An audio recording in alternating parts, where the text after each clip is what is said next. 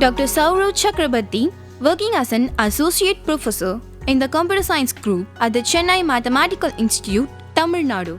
Before joining Chennai Mathematical Institute, he was a postdoctorate at the Algorithms and Complexity Department of CWI, Amsterdam, Netherlands. He was a postdoctorate at the Computer Science Department of Technion, Israel.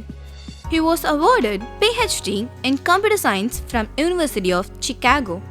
His area of research is theoretical computer science.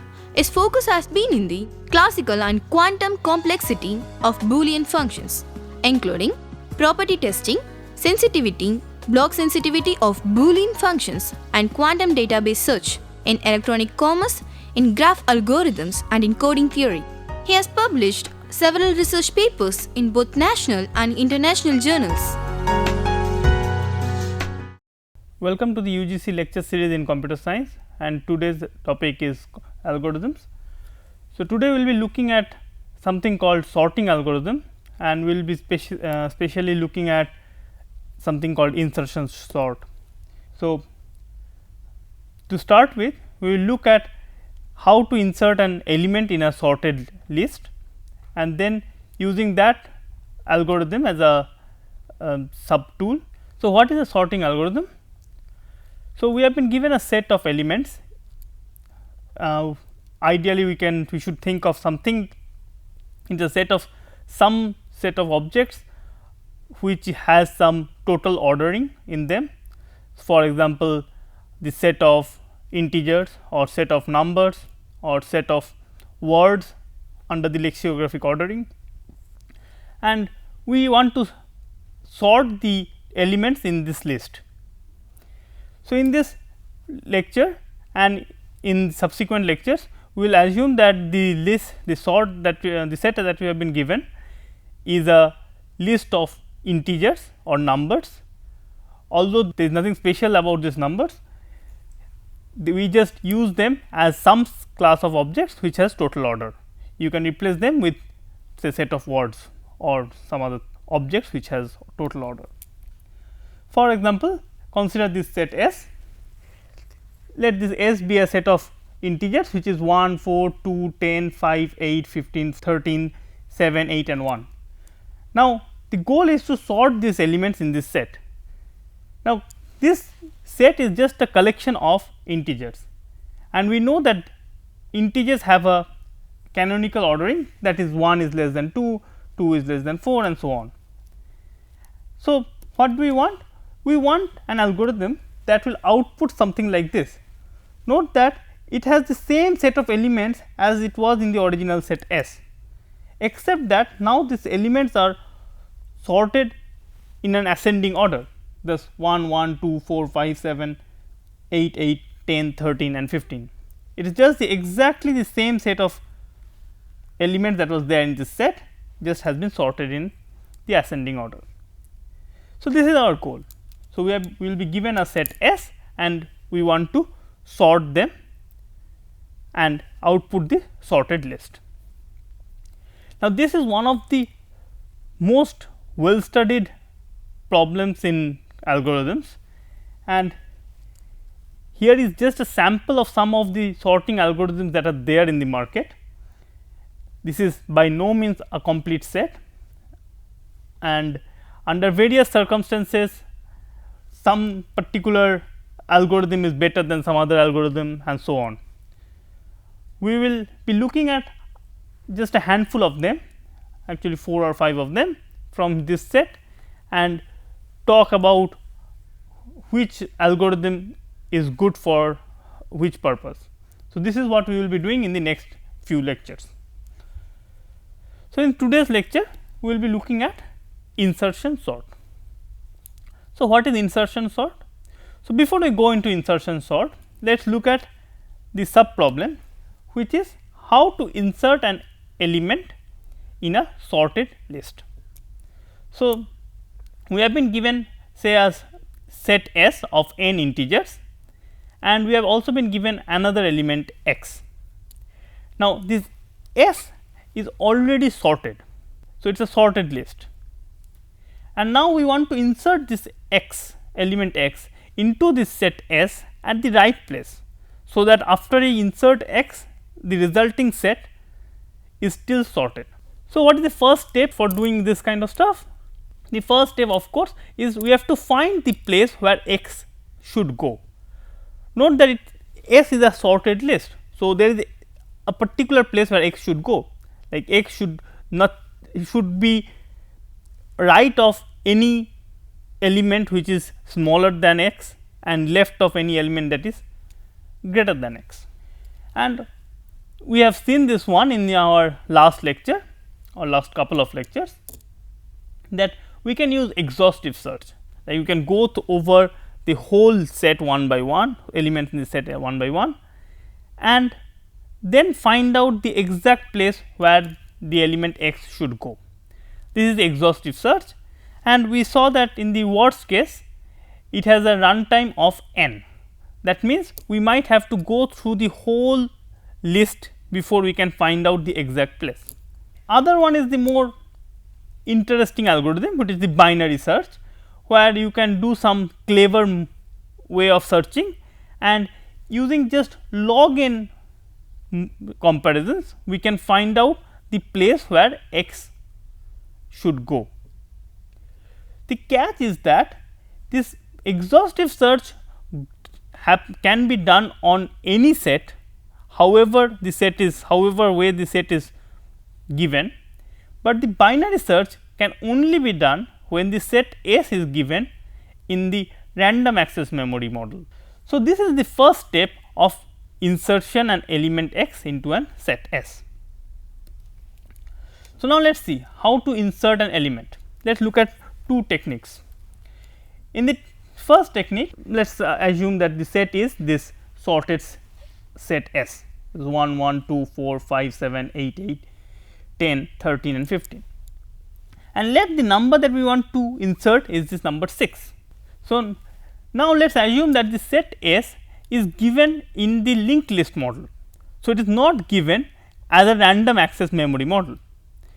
If it is not given in the random access memory model, then binary search will not do, in which case to find the position of 6 we have to do an exhaustive search. So, we find the exhaustive search, we use exhaustive search to find the right place for this element x. Say in this case, since we are assuming that it is in a linked list model, for people who are not used to linked list, it is a data structure model where we store each element in a place along with an address to the next element. So, we say that we have placed 1 and then there is a pointer that says where is the next element, which is the next one. Then we again store this element 1 and a pointer to the next element where the element is kept, which is 2, and so on. So, in the linked list model, we assume that the set has been given as the linked in terms of this element and its arrow to the next element. Now, here where is the number 6 should go? It is not hard to see that number 6 should go between 5 and 7. Exhaustive search will find it out. Now, what we have to do? We have to somehow insert this element 6 in this place. Note that in the linked list model, this insertion is very easy. All we have to do is remove this arrow from 5 to 7, instead put an arrow to 5 to 6, and from 6 I put an arrow to 7, and that would make it into a linked list. So, what we can do is we can get something like this. This is very simple. To put the number 6 into this list, we required almost no step. So, the total runtime is n for the exhaustive search and 2 for inserting this number 6 in this sorted list. So, this is the technique 1. Now, comes the point, can we do better? For example, we know that binary search can find the right place of number 6 or whatever element in just log n steps. Can we use that binary search to get a algorithm better than n, runtime n, to insert an element x into this list. So, here we have the technique 2, which is we have been given this array, this set as an array, which is a random access memory. Note that our idea is to use binary search. So, we need to have this set given in a random access memory, and we consider the same set S, and we have the same x, which is 6. And again, using binary search, we can now find out the position of the number 6 in this array, which is between 5 and 7. Note that here, to find the position, right position of the number 6, we only require log n number of comparisons. So, it seems that we are making a good progress, because in the last technique it took us n number of steps to find the right place, and now it just takes us log n number of steps to find the right place. But there is a catch to it. This set has been given as an array. So, it is inserting this element 6 into this array is not as simple as in the earlier case. It is not like I put an arrow from 5 to 6 and an arrow from 6 to 7, because an array, as you might know, does not include these pointers. So, what we have to do? We have to physically move this element 7 to 15 one step to the right, from 7 to 15, and when we have a space, then we can put this number 6 there. But here is the problem. To move this element, say in this case we had 6 elements that we had to move, we necessarily had to make 6 moves. There is no other way of moving the 6 elements one step right without using 6 moves. So, in other words, although in binary search we have taken log n number of moves to find the right place, to move this element we will need log n minus k, where k is maybe the place where the number 6 went. So, you have to make n minus k moves to move this whole set. Thus, in total we have runtime of n minus k plus log n. Note that in the worst case k can be 0, which means that we might have to move the whole set to the right, and thus the runtime becomes n plus log n. At the end, this technique 2 does not give us any advantage. So, when we want to insert an element into a sorted list, then we can call either of those two algorithms, which is say insert s comma x, and it would insert in runtime n plus 2. So, this gives us the algorithm for inserting an element into a sorted list. We will take a short break now. After the break, we will see how to use this inserting algorithm to get a sorting algorithm for a set S.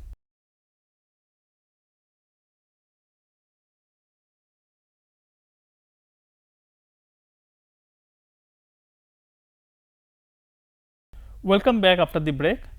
Before the break, we saw that we will need around n number of steps to insert an element x in a sorted set S. Now, let us see how can we use this algorithm to get a sorting algorithm. Just to recall, so in sorting algorithm we will be given a set S which is not sorted, and we need to sort this set S in an ascending order. For example, here we have this, we are given this set 1, 4, 2, 10, 5, 8, 15, 6, 13, 7, 8 and 1, and we want to sort them. To start with, what we do is that we take an element one by one, say in this case I have shown it from the right, and we insert in an empty list or empty set. For example, I take this first element 1 and we put it aside. Now, I take this next element 8 and note that this 1 there represents a sorted list, and all I want is to insert 8 into this sorted list. I can use any of these algorithms that we talked about before the break, and by doing so we can take this number 8 and insert in this sorted list. Similarly, now we will take this number 7 and again note that this set 1 and 8 is a sorted list. So, what we need is to insert this number 7 into this set, and again we insert it, and we keep on doing it. Again we can take 13 and put it in the set, and so on. So, the idea is simple. You take an element, you create a new array which is found initially empty, you put the first element from the right into that array, and you ensure that all the time that new array is sorted, and anytime you get a new element from the right, you take it and insert in the sorted array using the various insertion algorithms, and by doing so we will get a sorting algorithm. Let us see what the pseudocode of this algorithm. The pseudocode is kind of simple. We initialize an array T which is empty for now, and we start with the last element. So, we initialize I to be n, and while I is greater than equal to 1, we pick the ith element and insert it in the already sorted list T. Here we can use any of this insertion algorithm that we talked about, and we just call this insertion algorithm and keep on doing it. The correctness of the algorithm is almost obvious, because all we are ensuring every time is that the set T is sorted, and at the end of the algorithm all the elements would have been inserted into set T, and we have a sorted list which is T. The more tricky part is the runtime. Now, what is the runtime? Note that when I am looking at the first element, so that is when I have took the first element from the right and inserted it, then the array was empty, or the T was empty, and that time I had required almost no steps to insert it, I just took one step. Similarly, when I took the second element from the array, the last but one element, I just took one step to insert it, because that time size of T was 1, or in other words, when I is k, means when I am looking at the kth element, then the size of T is n minus k, because I have removed the n minus k elements and I put it in T, and when the size of T is n minus k, in that case the total runtime for inserting an element into this set is n minus k plus 2. This is from the insert algorithm that we saw some time ago. Thus, the total runtime is, say, for when I equals to n, it is 2, n minus n plus 2 is 2. When I equals to n minus 1, it is n minus 1 plus 2, which is 3, and so on, and thus the total runtime for this insertion for this algorithm is 2 plus 3 plus and keep on going till n plus 1. N plus 1 is when k equals to 1, and if you sum it up, we get something of the form n into n plus 3 by 2. So, the runtime for this algorithm is n times n plus 3 by 2. For the space complexity, it is kind of clear that the space complexity is n, because we have to store the set T in a different place, and the set T will take n space. So, the space complexity will be n. Thus, to summarize this algorithm, what we have is that we have an algorithm that correctly sorts the list S. it has a runtime which is around n square plus 3 n by 2, and it has a space complexity of n. Now, the question is that do we have an algorithm that can do better, or rather can we somehow save either in the runtime or in the space complexity. Let us start with the space complexity. The idea is simple. Idea is that instead of using a different set T or different array T for maintaining the sorted list, we can do it at the same place. For example, let us see here, we have 8, the first one is fine. The second one, when you go to the second one, so we mark that one as 7. When we are at 7, what we do is that we, to indicate that we are at this state, we will mark the earlier one, which is 13 in this case, and mark this 7 as green. And now, for this green element, I will measure with the or compare with the next element, which is 7, which is 8 in this case. And 7 and 8, we do not have to swap or any such things, and we are done. Then we come to 13, and to mark that I have 13, I will make 15 red, and now I have 13 green. And the idea is that this red marking is just to indicate that I am at this place, which means that this set here anywhere in the right of this red marking should be sorted or almost sorted, and this green marking says that in this set, which is right of this red mark, this is the only element that is causing a problem, and I need to find the right place for this element. So, in some sense this set right of this red is basically my original T in some sense, and this 13 is what I am inserting. Say for example, here, so 15 I have marked, and now 13 is the problematic case. So, what do? I measure 13 or compare 13 with the next element, which is 7 in this case. Since 7 is less than 13, I will swap it. Similarly, now still 13 is green, because 13 is the one that we are interested in. We compare 13 with the next element, which is 8, and since 8 is less than 13, we again have to swap, and thus we have this list sorted. Till now I had maintained that here it was sorted. To make the next move, what I will do is that I will say that okay, now let us put the marker to 8, and then let us look at this bigger set.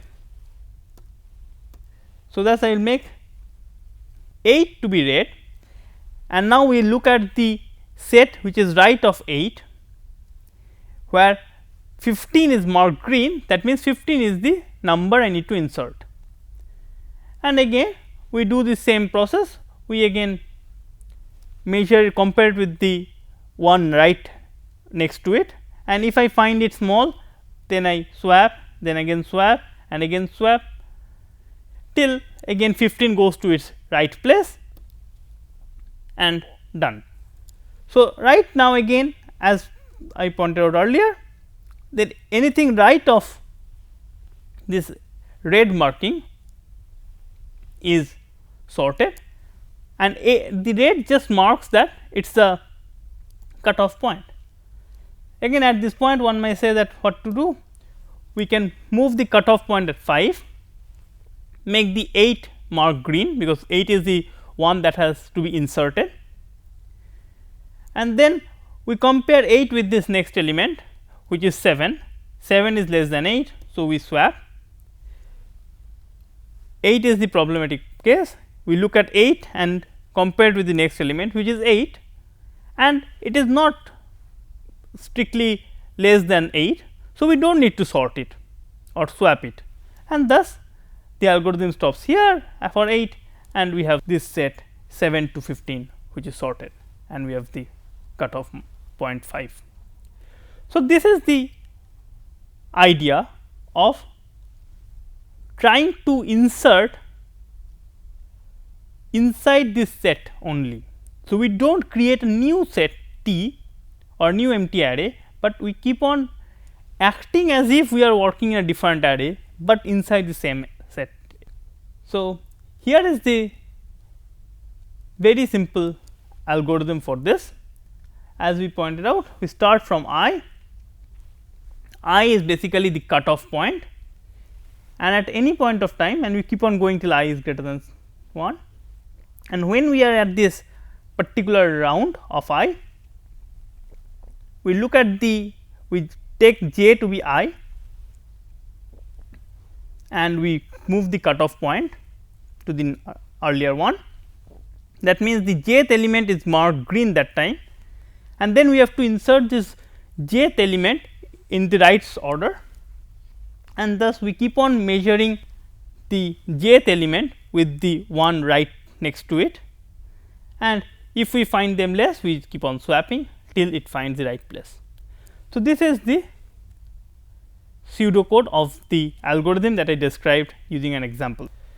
So, I will not go into the details of this particular algorithm, but I leave it for you guys to verify that this algorithm does correctly sorts this list S. It is basically just a variation of the algorithm that I gave. This algorithm is what is known as the insertion sort. The good advantage of this algorithm is that the space complexity is constant, because we have not used any new space. In some sense, what is written here is slightly wrong. It is not exactly constant. It is in fact something like log n. The reason I said log n is, although we are not using any new space, but we are maintain the I and the j and such indices. Now, to maintain the indices, what is the size of the index? Index is the address of it. So, which is log n. So, we have to maintain the indices, and that is why it is called, we can call the space complexity as log n. The runtime is same as the earlier one, which is around n square plus 3 n by 2. So, this algorithm has some many other properties, which are sometimes very nice. For example, this algorithm is in general very simple to implement. It is an algorithm that is used very commonly, and the simplicity of this algorithm is what makes it so popular. The second thing is that this algorithm works very nice in small sets.